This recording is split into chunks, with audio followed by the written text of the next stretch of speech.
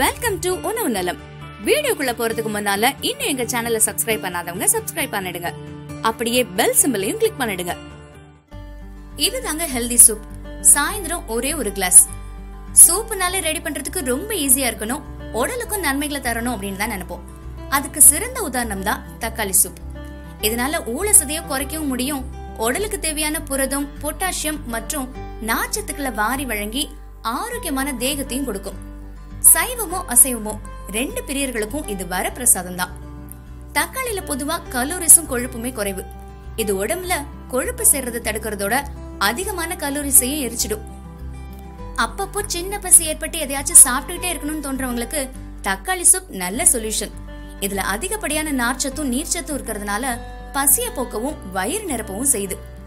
தக்காளியில் இருக்கக்கூடிய லைகோபின் மற்றும் கரோட்டினாய்டு போன்ற அதிசிறந்த ஆன்டி ஆக்சிடென்ட் புற்றுநோய் ஏற்படாம தடுக்கும். கொழுப்புகள் இல்லாத தக்காளியோட சிறப்பு இதய கோளாறு ஏற்படாமையும் பாதுகாத்து ரத்த நாளங்களை உறுதிப்படுத்தும். என்ன முயற்சி எடுத்தும் புகைப்பழக்கத்தை விடவே முடியாம தவிக்கிறவங்க அடிக்கடி தக்காளி சூப் குடிச்சு வந்தா புகைப்பிடிக்கிறதுனால ஏற்படக்கூடிய பாதிப்பையும் தடுக்கும். இதுல இருக்கக்கூடிய விட்டமின் கே மற்றும் ஏ ஊட்டச்சத்துக்கள் கண் பார்வைக்கும் எலும்புகளோட உறுதிக்கும் ரொம்ப ரொம்ப நல்லது. இந்த வீடியோ பிடிச்சிருந்தா லைக் பண்ணிடுங்க, ரொம்ப பிடிச்சா ஷேர் பண்ணிடுங்க. அடுத்த வீடியோல சந்திப்போம். பாய்.